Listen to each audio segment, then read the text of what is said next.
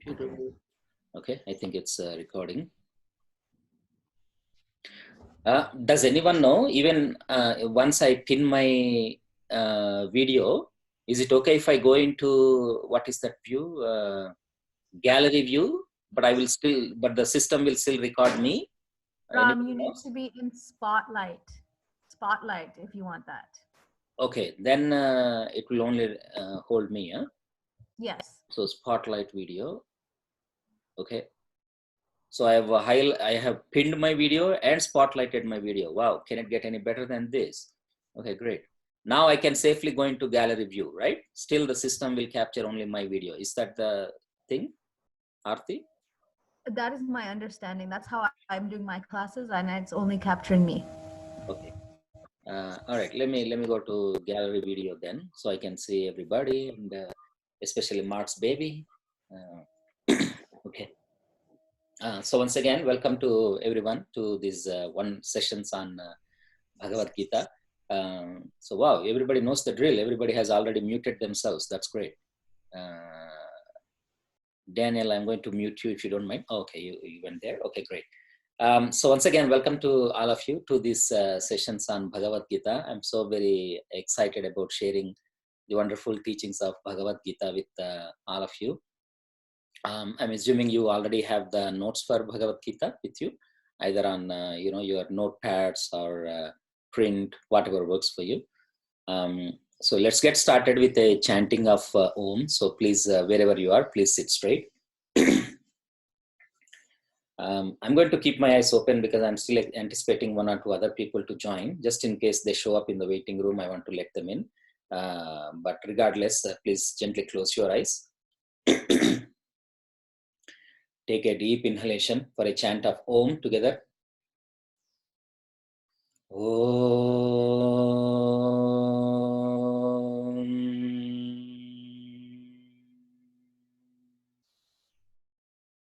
Once again.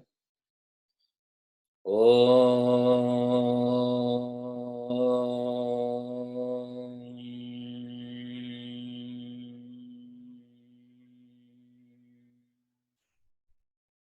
Once more.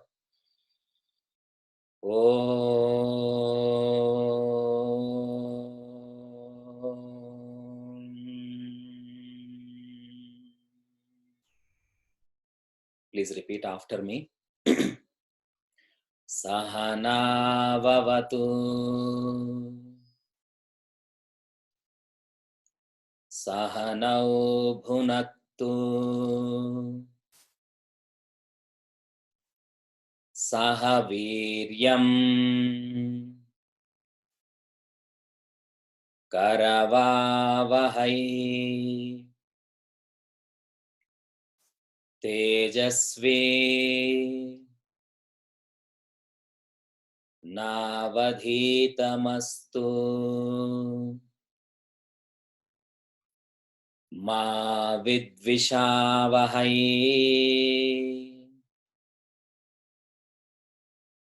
Om Shanti Shanti Shanti.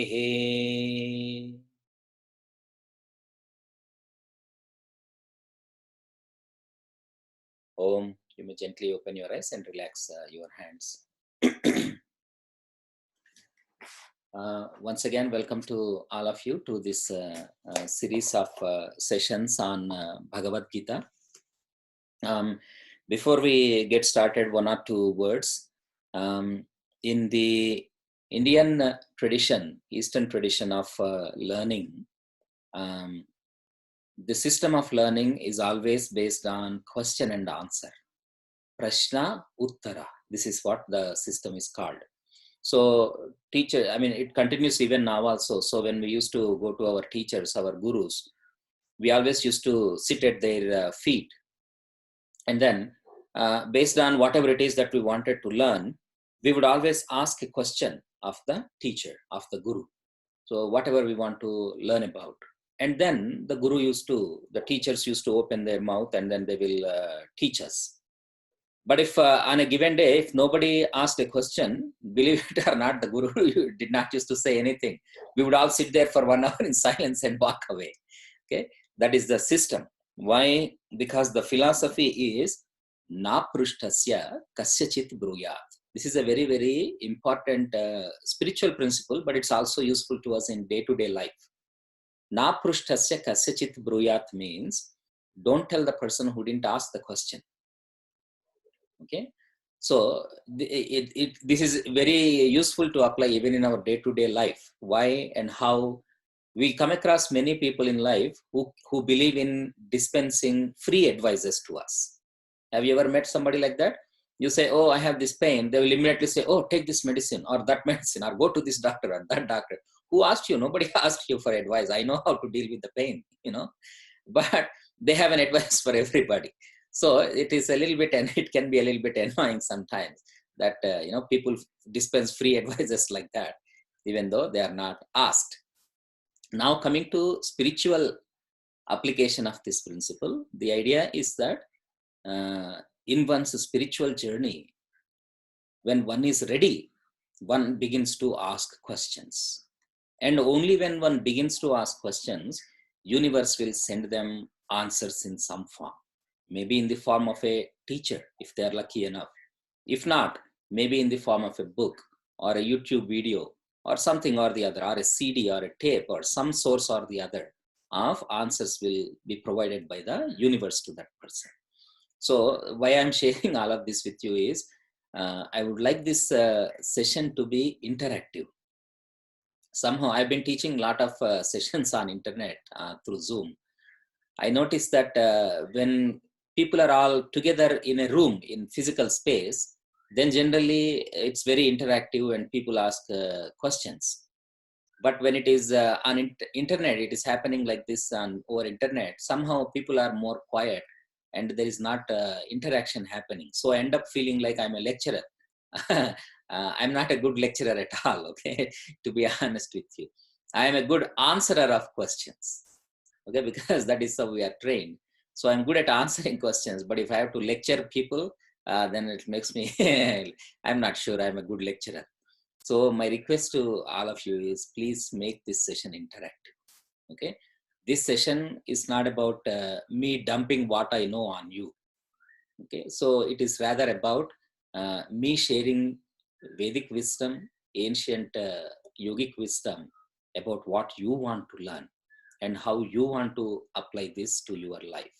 So whatever it is that you would like to learn, please ask, okay? But before we go into the text itself, how many people have read this book, BhagavadGita? Raise your hand. 1, 2. Okay, that's good. 2 people have learned. What does that mean, Leslie? Okay, so okay, then it's okay. No worries. Bhagavad Gita can be a very tricky book to read. Why? You can ask the question why.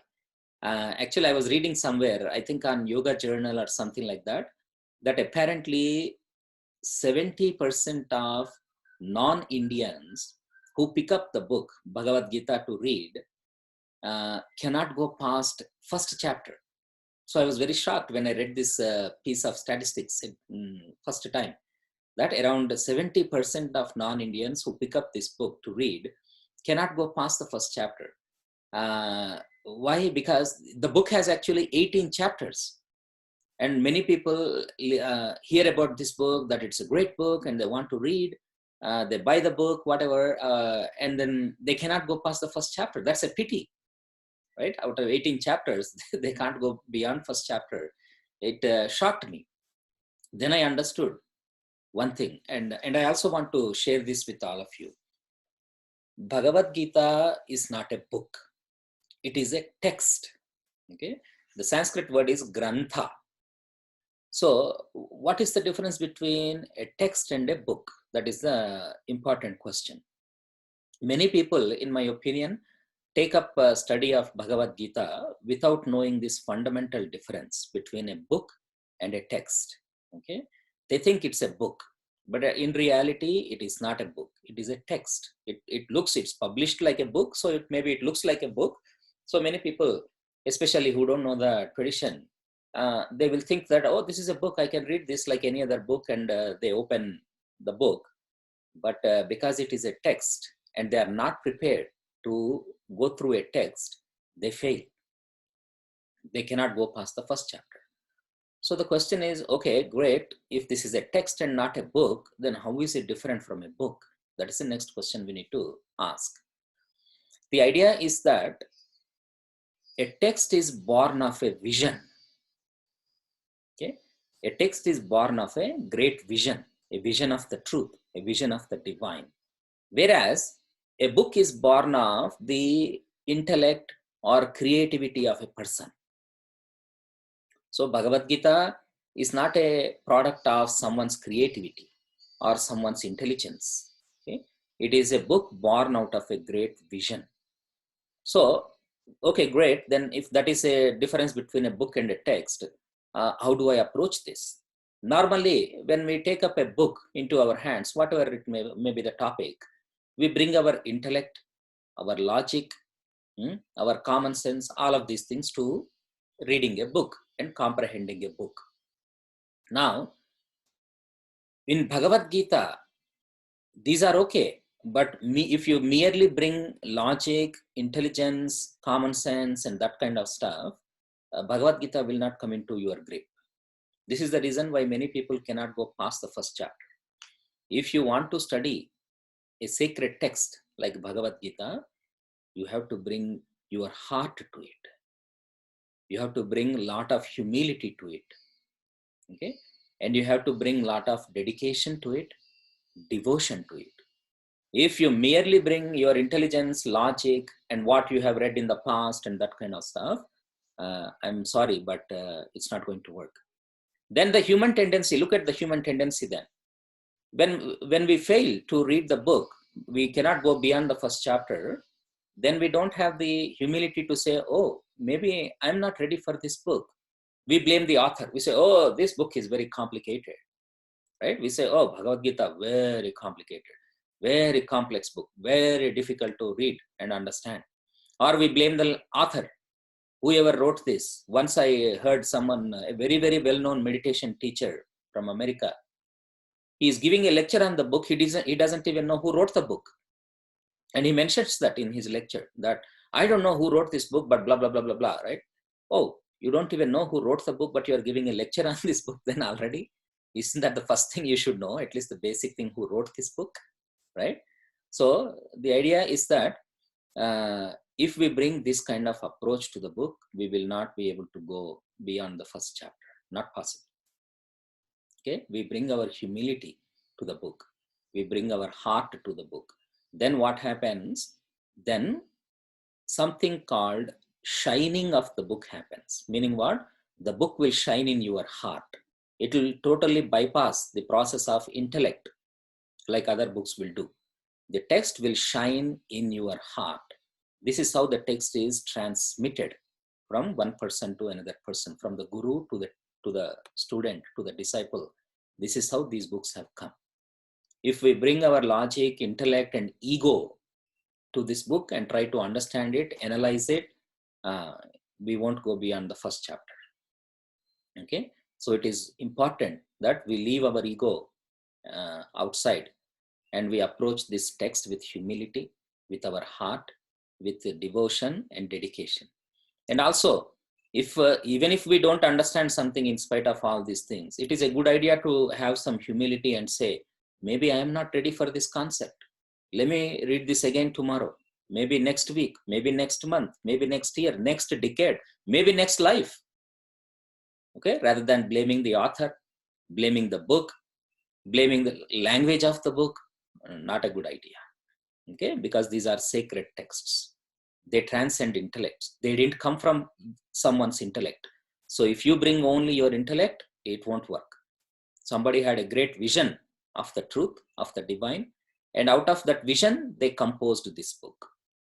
Okay, we may not have that kind of vision, that kind of greatness. I certainly don't have, but I'm at least humble to say, okay, oh, this concept is a little bit, maybe I'm not ready for that, right?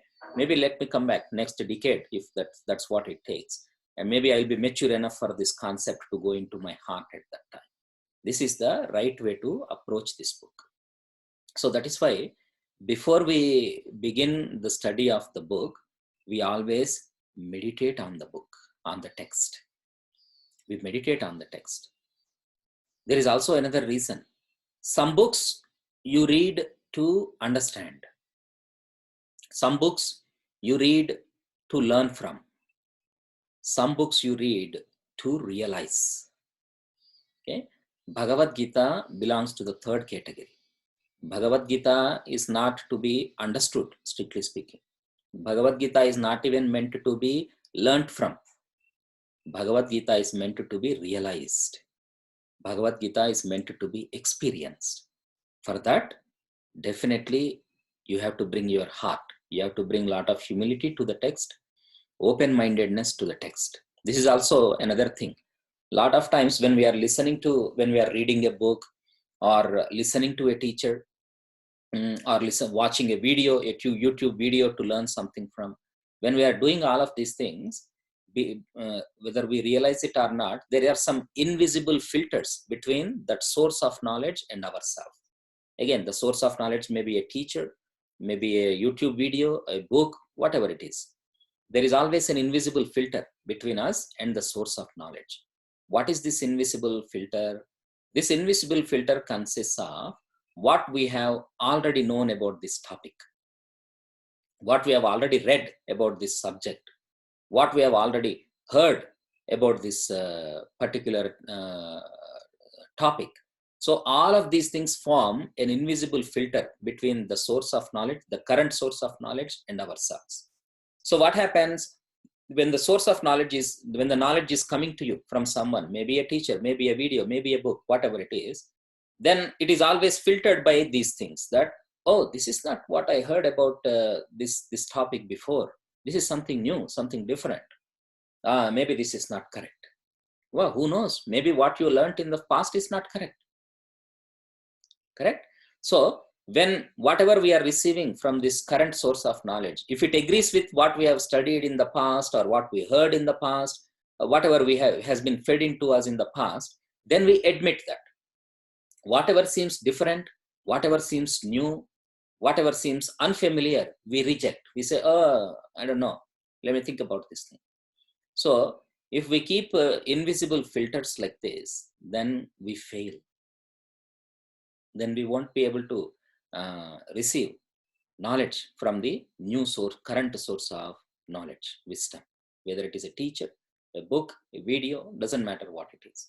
So it is important that we let go of all that past. We remove these invisible filters, okay? And we become one with the book. This is known as anusandhana in Sanskrit language. Okay, anusandhana means what? You have to become one with the text.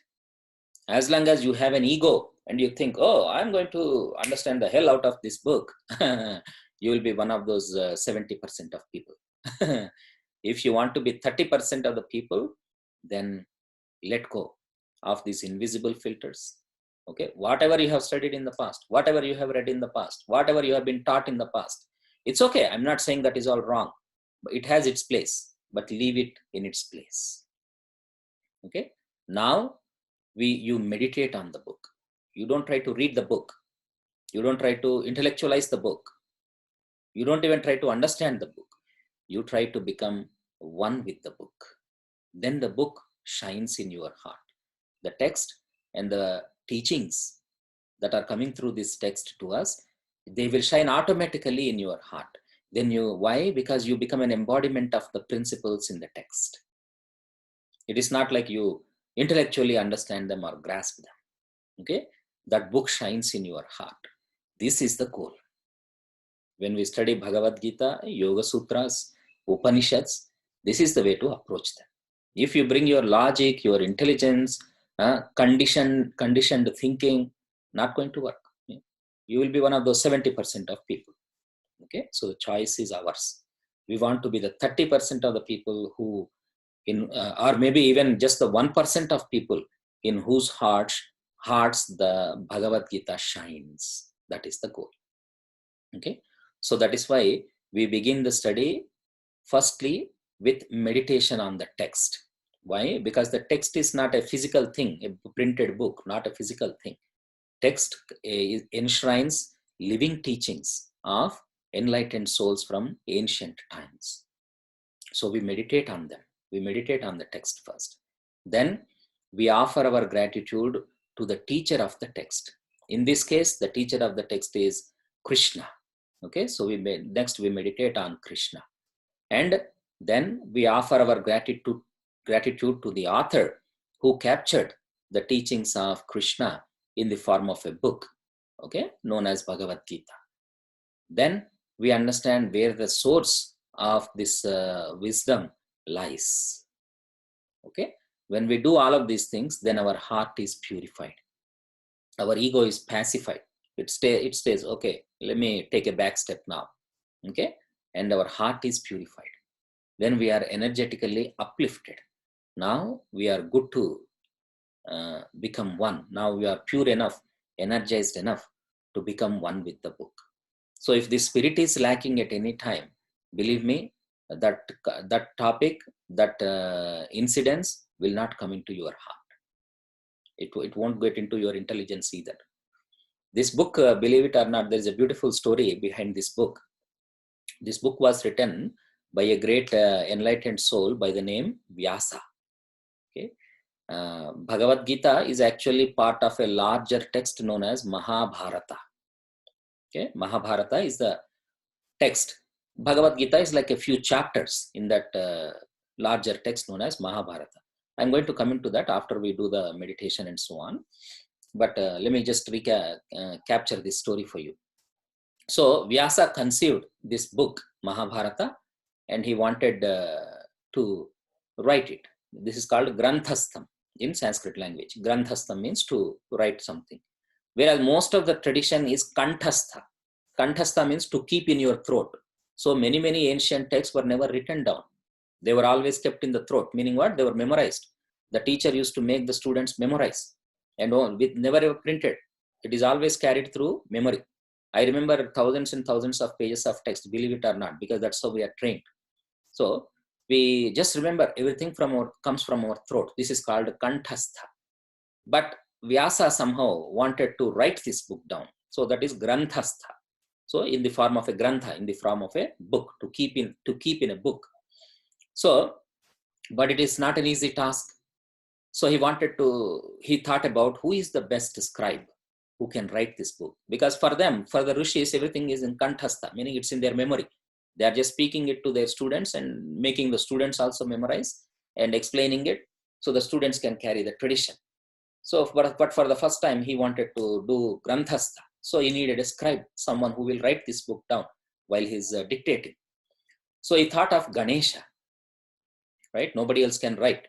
So he prayed to Ganesha. Ganesha appears to him. You all know Ganesha, right? You all know Ganesha? Anybody who doesn't know Ganesha? Ganesha is this deity with the elephant's face. Okay, I don't have a picture of him. Hopefully I can, let me see if I can find a picture.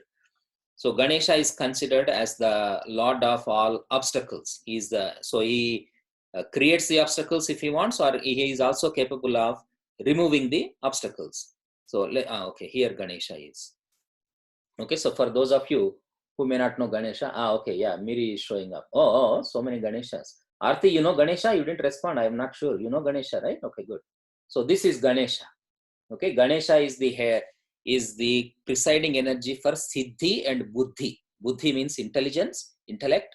Siddhi means accomplishment in life. Okay, maybe I will do one session later on Bhakti Yoga. At that time, I will talk about all the deities and the deeper inner meaning behind them and all of those things. Anyway, for now, so Vyasa prayed to Ganesha to ask him if he is willing to be the scribe. So Ganesha appears in front of Vyasa and says, why did you think of me? Vyasa says, you know what, I conceived this great text. I have this great text in my heart, in my mind. I need you to be the scribe. Can you please write the text down while I'm teaching it? Ganesha says, okay, no problem. I will write the text down as you are dictating, but one condition. What is the condition? Ganesha says, you better dictate as fast as I can write. Because Ganesha says I can write very, very fast. It is like shorthand. You know shorthand? I don't know how many of you are aware of what is called shorthand. Aarti may not even know. At one time, before the computers were born, there used to be something called shorthand.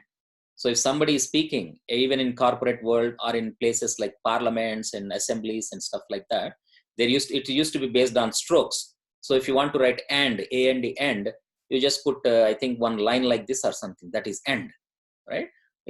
Before someone is speaking, that is how they used to write live. So Ganesha says, I'm not sure if you are aware or not, I write very, very fast. So you better dictate whatever you want to dictate very fast. If I have to pause and wait for you to dictate, then I'm gone, right? I'm going to vanish. That's it. No more writing. Then Vyasa, he has to protect himself too, right? He says, okay, I like your condition, but I have one condition myself. Oh, really? What condition is that? Ganesha asks. Vyasa says, before you write something down, you have to make sure that you understand what I am trying to teach. Then only you should commit it to writing. Meaning what? Don't keep writing mechanically. Okay? You have to think about what I am teaching, understand it, then you write. That is the condition. Vyasa puts. Ganesha says, okay. So in his mind, Vyasa would compose. This whole book is written in the form of poetry. And I'll talk about that poetry in a moment. So Vyasa would compose 200-300 poems in his mind, and then he's dictating them, right? And Ganesha is writing. Ganesha actually, he didn't have a pen at that time because he didn't know all of the job, right? So he had to break one of his tusks, it seems, and use the tusk as a pen. In ancient times, they used to hold a pen like this and scribe, they used to do like that. So if you look at Ganesha here, I don't know if you can see, his left tusk is there in place, but he doesn't have right tusk because he seems to have broken that and used it as a pen to write this text. So that is how he lost his right tusk, poor Ganesha. Anyway, so Ganesha is writing, Vyasa is dictating, but once in a while, Ganesha would catch up, right? Because he writes so fast. So now it is Vyasa's is stressed because Ganesha is writing so fast, he's not able to compose so fast. So he would deliberately compose something which is a very, very confusing concept. Even someone like Ganesha has to pause and say, what did he mean by this thing? Why is he composing something like this? What does this concept mean? Right? That is how he has to stop. Even Ganesha has to stop. Because one such thing is in BhagavadGita, Yanisha Sarvabhutanam Tasyam Jagarti Samyami. This is one of the verses from Bhagavad Gita, meaning that which is that which is night to other people is like day to the yogi. This is what this line means. What does that mean? What is night to other people is like day to the yogi? What does that mean? Like usually in the daytime, people like us walk around and do our things, right? And in the night when we sleep, usually insects come out in the night. Do you know? Have you ever noticed? Maybe in Toronto and other cities you may not notice, but I'm here in a jungle, so I know. In the evening when it is 6 o'clock, all kinds of insects start coming. So I better close the door. If there is lights, all kinds of insects and strange things, creepy crawly things come to the surface because that is the daytime for them. That is their shift. That is day shift for them. It is night shift for us. It is day shift for them. So I have to close all the windows and everything. Otherwise, there will be so many creepy crawly things in my bed when I wake up tomorrow morning. So is yogi like a creepy crawly thing that it is when it is night for other people, it is day for him? Means he's like an insect or something or what, right? So even Ganesha would pause and think, what does he mean by this? These are called Vyasa Ghatta. Meaning, so Vyasa, the author of the book, deliberately wrote many, many complicated concepts in this book. Once again, if we bring our intellect, we are going to fail. This book will avoid us. This book will evade us. So we have to bring our humility to this book. We have to bring our intuition to this book. We have to bring our dedication, devotion, and surrender to this text. Then only this text will come. Sorry, I have taken almost half an hour to talk about this because this is very critical. I don't want you to become one of those 70% of people who cannot go past the first chapter. Okay, so that is why I shared all of this with you. This foundation is important. Any yogic text you want to read, this is the way to go. You bring your intellect, logic, ego, not going to work. Okay, so first we begin this study of the book by meditating on the book, and then offering our gratitude to the teacher of the book, the author of the book, and the sources of this book. Then we are ready, we are purified, we are energized, and hopefully the book will shine in all our hearts, not only in your hearts, even in my heart also. Bhagavad Gita is such a profound text. Every time you read it, something new always comes up from Bhagavad Gita. Okay, so please sit straight once again. I have given you these meditations on the book. If you are interested, what I recommend is that you listen to my chanting and you chant back. Okay, but if you feel you need to know what it is, then they're all on page number 7 onwards. Okay, but once again, my recommendation is gently close your eyes, bring your palms together near the heart. Okay, and listen to what I'm chanting and just repeat it back. Doesn't matter even if your pronunciation is not accurate, whatever, eventually you will learn. It is there in print for you. Okay, but first, shravana means listen to the sacred sounds of the language of Sanskrit and just repeat it back the way you hear. Okay, so gently close your eyes. So repeat after me. Om Parthaya Pratibodhitam Bhagavata Narayanena Swayam Vyasena Grathitam Purana Munina Madhye Mahabharatam Advaitamrita Varshinim Bhagavatim Ashtadasha Adhyayinim Amba Tvam Anusandadhami BhagavadGite Bhavadveshinim. So this was the meditation on the text. Then we offer gratitude to Vyasa, the author of the book, for conceiving and giving us this book. Namostute Vyasa Vishala Buddhe Hulla Aravinda Ayata Patranetra Yena Tvaya Bharata Tailapurnaha Prajvalito Jnanamayaha Pradipaha. Next, we offer gratitude to Krishna, the teacher of Bhagavad Gita. Vasudeva Sutam Devam Kamsa Chanura Mardanam Devaki Paramanandam Krishnam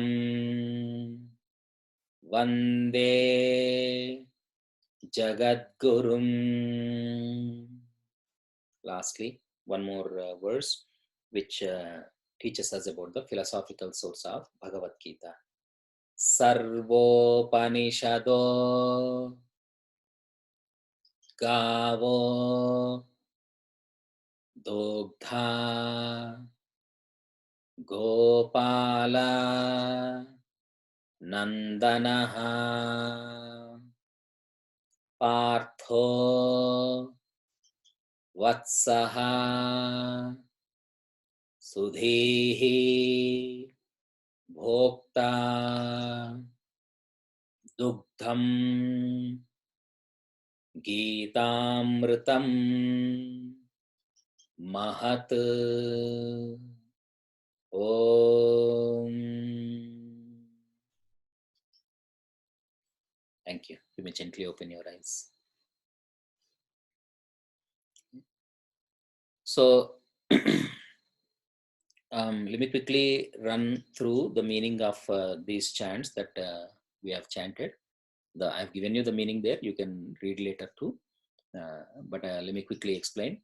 Parthaya Pratibodhitam, meaning this text was taught to a gentleman, a great warrior, a fighter by the name Partha. He is also called as Arjuna. He has actually 10 names. So one of his names is Partha, or more popularly he is known as Arjuna. Bhagavata Narayanena Swayam. Who taught this? It was taught to Arjuna by who? By whom? By the divine Narayana himself. Okay, who is Narayana? Narayana is the divine that permeates the entire universe. The divine, from a human intellect viewpoint, has two aspects. One is the divine transcends this universe. Divine is beyond this universe, as vast as the universe may seem, with all its galaxies, nebulae, black holes, and so on. Divine is way beyond this universe. Divine transcends this universe. In Bhakti Yoga, this transcendental aspect of the divine is personified as Shiva. Then, at the same time, divine also permeates the universe. Divine is present within each and every atom of the universe. The Upanishads say, Tat Sruštva Tadevanu Pravishat, meaning the divine manifested this universe. And as soon as the universe is manifest, the divine entered the universe, meaning divine is present in literally in every atom of the universe. This aspect of the divine, which is present, which is immanent in the universe, this is known as Narayana or Vishnu. So once again, divine permeates the entire universe as well as transcends the universe. The transcendental aspect is known as Shiva in Bhakti Yoga tradition, and the immanent aspect of the divine, the aspect which permeates the universe, is known as Vishnu or Narayana. So this book, so in other words, this is an important teaching for us. As long as we are alive, we have a body, then Vishnu is our teacher. Okay? When we leave the body, Shiva is our teacher. Shiva guides the souls. When we are in a soul form, we are afraid of death. We think, oh, death means, oh my God, I'm not going to be there. No, no, no. You are very much going to be there. It's just that you won't be in a physical body. You are not going anywhere. So the idea is that when we leave the physical body and we are in a subtle form, we are in the form of a soul, Shiva is our guru. Shiva guides us. When we are alive, we have a life, we have a family, friends, responsibilities, roles to fulfill. Then Vishnu is our guide. Okay. So this book, this wisdom, this text has been taught by Vishnu himself. In other words, this book, this text is capable of guiding us throughout our life. Anytime you have a problem, you open the book, you open the text of BhagavadGita, whatever verse comes to you, when you open it, you read it, you will find magically solution to whatever question you may have, whatever problem you may have. This is not me talking. Okay, people like Mahatma Gandhi, great authors like Henry David Thoreau, all of these people used to follow these things. Albert Einstein, Nikola Tesla, they were all big fans of Bhagavad Gita. They all loved Bhagavad Gita.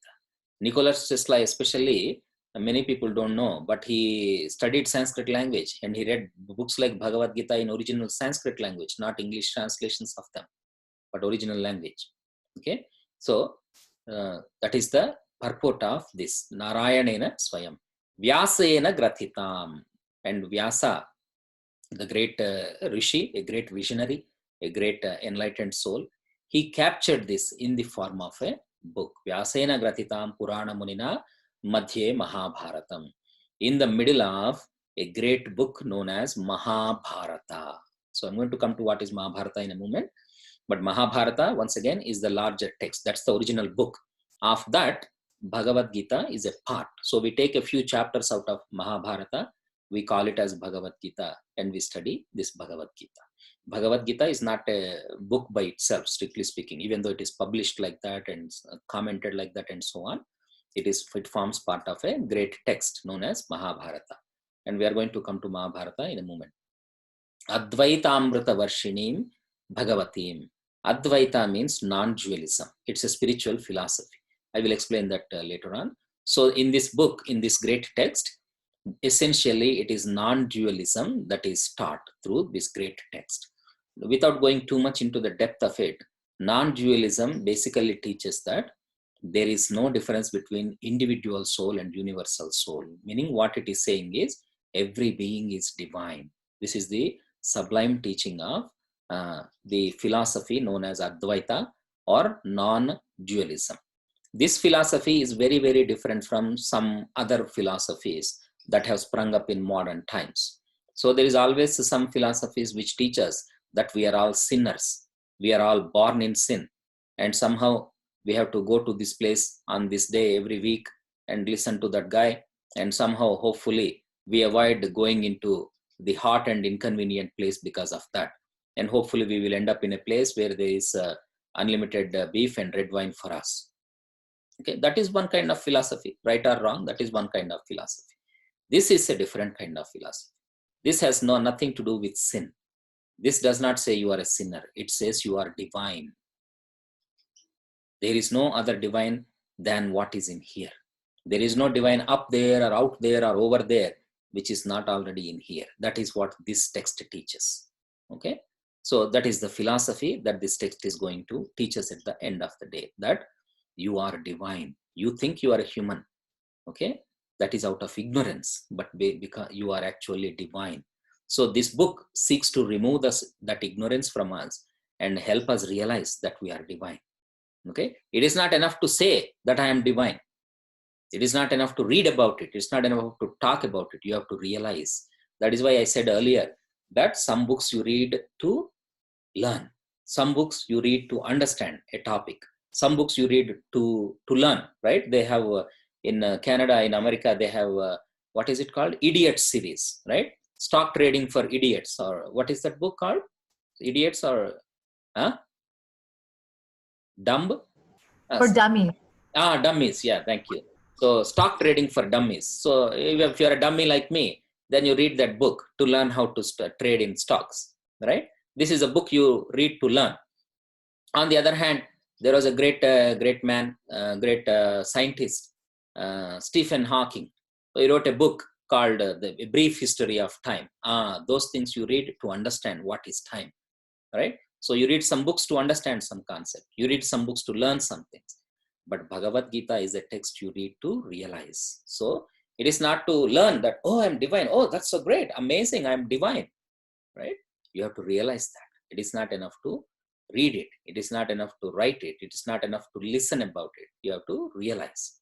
So Bhagavad Gita is a text you read to realize. Okay. So Advaitamrita Varshinim Bhagavatim Ashtad Ambat Ashtadashadhyayinim, meaning this book has 18 chapters. 18 is a numerologically very powerful number.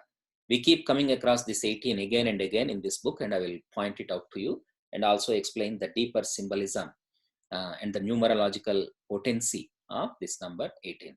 Amba Tvam. Amba means mother. So we are addressing the text as a mother. She's like our mother. Why? Because mother is the first person who gives us nourishment. right? Later on comes keto diet. Okay, but first comes mother. Keto diet, you don't know at that time. Mother gives you nourishment. Okay, then you grow up and you say, oh, no to mother, and you go to keto diet and carbon carb diet, protein diet, and stuff like that. But first and foremost, nourishment comes from mother. So we are calling the text as mother because she gives us spiritual nourishment. Amba tvam anusandadhami. Anusandhana. I already explained this concept, right? I am meditating on you. Why? Through meditation, we become one with the text. Then the teachings of the text come to us very, very effortlessly. Okay, they will be transmitted to us. We don't have to struggle to understand. They will just come to us. Okay, so ambatva manusandadhami BhagavadGita bhava dveshine. So this is the meaning of that chant. Next chant was about Vyasa, the author of the book. Namostute Vyasa Vishala Buddhe Pullara Vindayata Patranetra Yena Tvaya Bharata Taila Purnaha Prajvalito Jnanamayaha Pradipaha. So Namostu Te meaning Namaste. You know, those of you who are in the yoga world, you know Namaste, right? I bow to you, I respect you, or the light in me salutes the light in you. All these complicated things American people have created. So all of those things is Namaste. Namostute Vyasa Vishala Buddhe. Vishala Buddhe means one who has vast intellect, not intelligence, intellect, meaning intuition. Okay, who has the vastness of mind, no condition, no conditioning, no cultural inscriptions, nothing, but the ability to receive divine grace, divine vision, out of which this book is born, out of which this text is born. Pullara Vindayata Patranetra. His eyes are being described here. His eyes are like the leaf of lotus flower. I don't know if you have ever seen lotus flower in the cold countries that you perhaps live in, but lotus flower, lotus leaf, the lotus leaf is very big. Okay, it is probably of this size. Lotus leaf is this size. So they are comparing his eyes to the leaves of a lotus flower. What does that mean? He has huge eyes? No, not that he has huge eyes. The idea is lotus flower is a very, very powerful teacher. Lotus plant is usually born in murky waters, in dirty waters. It is not born in clear waters, pure waters. It is born in murky waters. So obviously the roots are in murky waters of the roots of the plant, but somehow it grows vertically out of that water, and its flower as well as its leaf, they are both floating on the water. Even though the plant lives in water, water never touches the lotus leaf or the lotus flower. Even if you sprinkle some water on the lotus leaf, the leaf will not get wet.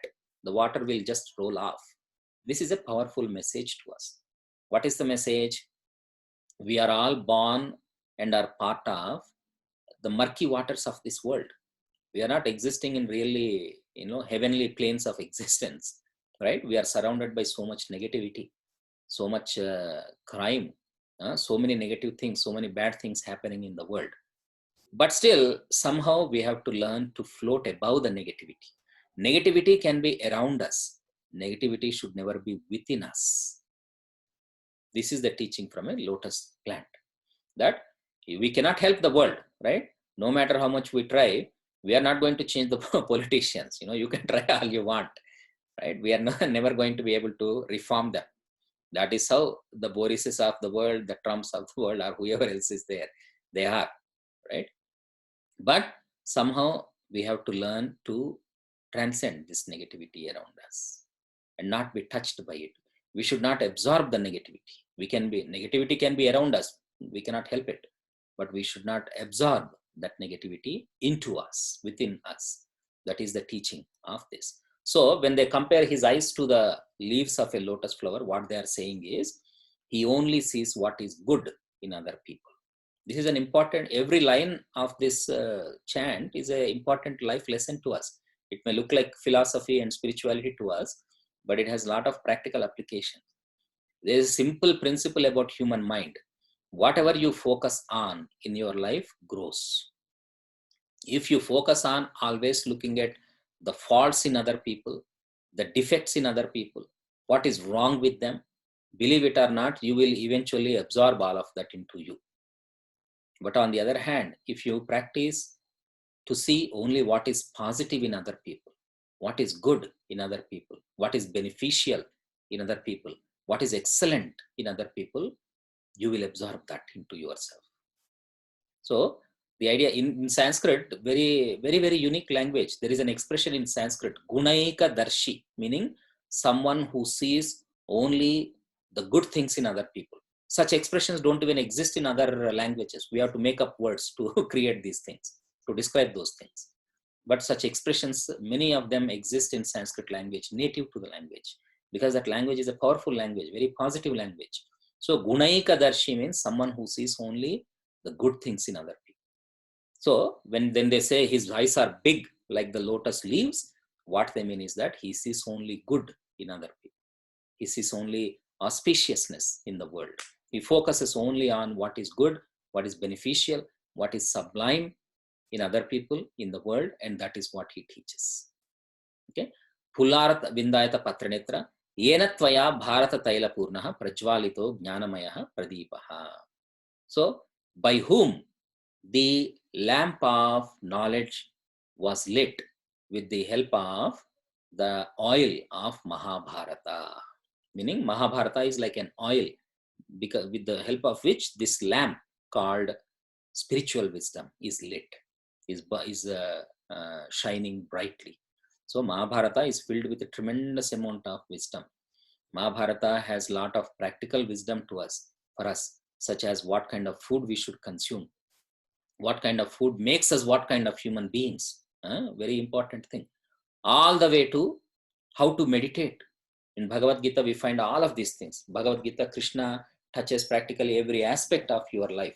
He talks about your work life, talks about your personality, talks about how you should approach yourself, how you should approach the world and people around you, how you should approach your work, okay, how you should approach even death, which many books don't talk about. Right? There are many books which talk about how to live, but there are very few books who talk about how to die. That is one of the powerful things about Bhagavad Gita. Okay, how to accept death as part of life, and how not to fear death, how to treat death, how to prepare for death. All of these things are also addressed in Bhagavad Gita. So entire spectrum of life, including death, are covered by Bhagavad Gita. Okay, so much tremendous amount of wisdom in Mahabharata and Bhagavad Gita.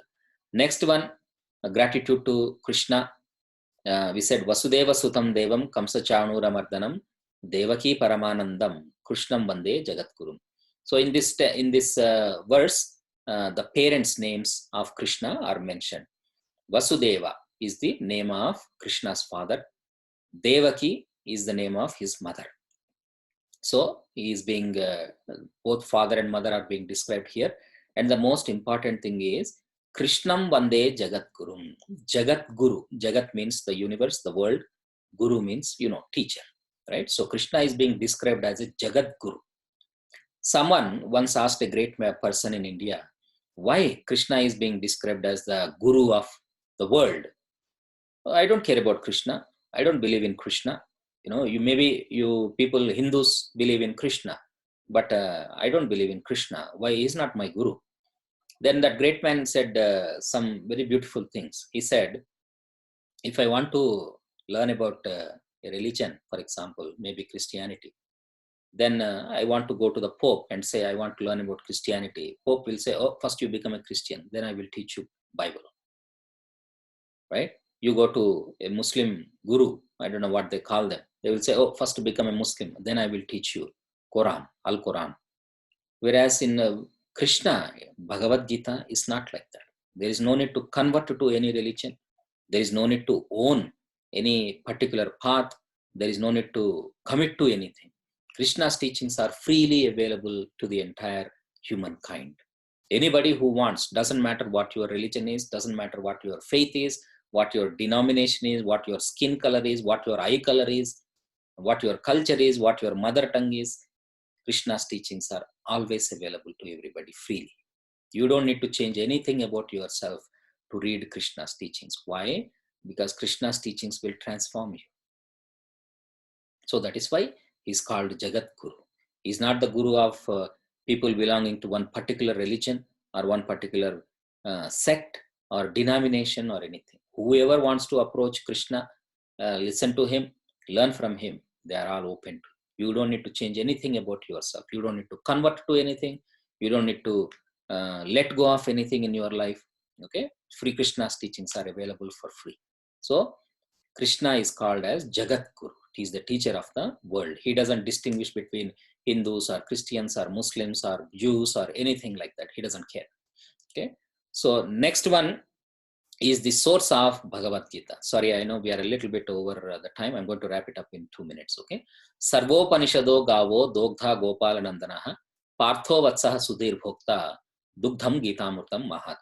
I'm sorry, those of you who are vegans maybe perhaps will not like this shloka, because here Bhagavad Gita is being compared to milk. Okay, so all the Upanishads, the Vedas and so on, and what are Upanishads, Vedas, we'll talk about maybe in the next session. These are being compared to cows. They are all like cows. Cows may be many, but the milk is always same, right? Milk is always white. Cow may have, some cows are brown, some cows are white, some cows are black, but the milk is always white.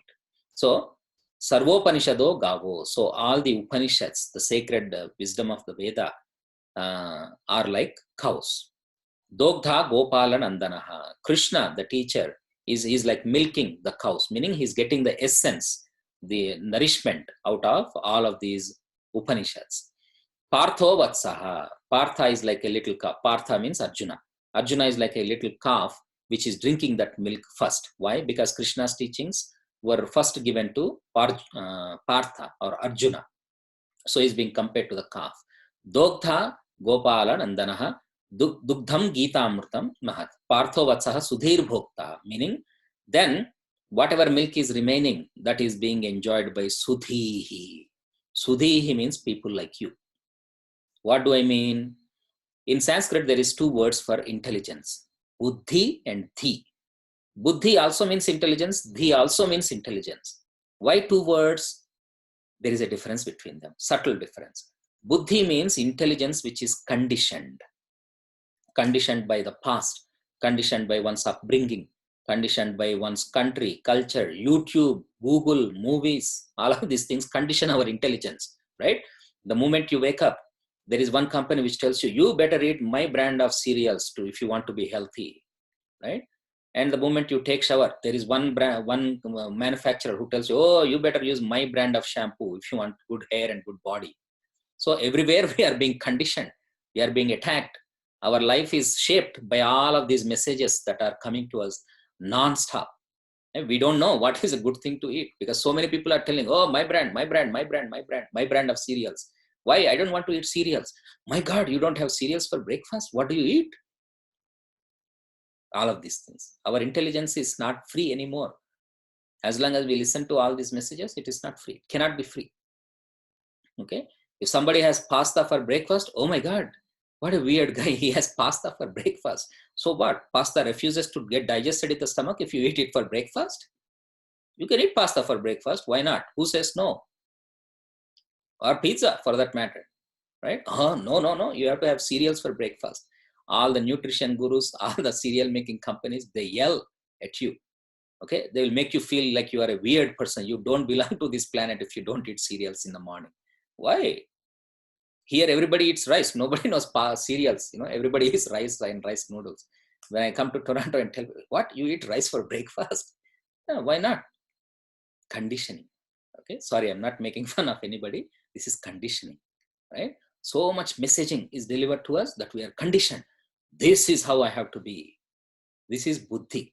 We are intelligent people. I'm not saying we are not intelligent, but this is conditioned intelligence. On the other hand, there is unconditioned intelligence too. That is called dhi. Okay, and that unconditional intelligence also, when it is good, such a person is called sudhi. So you are all sudhi. We are all sudhis. We all have good, unconditioned open-minded, open-hearted intelligence. Then only we can receive these teachings of this text. Otherwise, it's impossible. We will not go beyond the first chapter. Okay. So, Sudhi, we are all Sudhi. Hopefully, we all have free intelligence. This is what I spoke about earlier, right? If we bring our past into this text, we will not pass this test.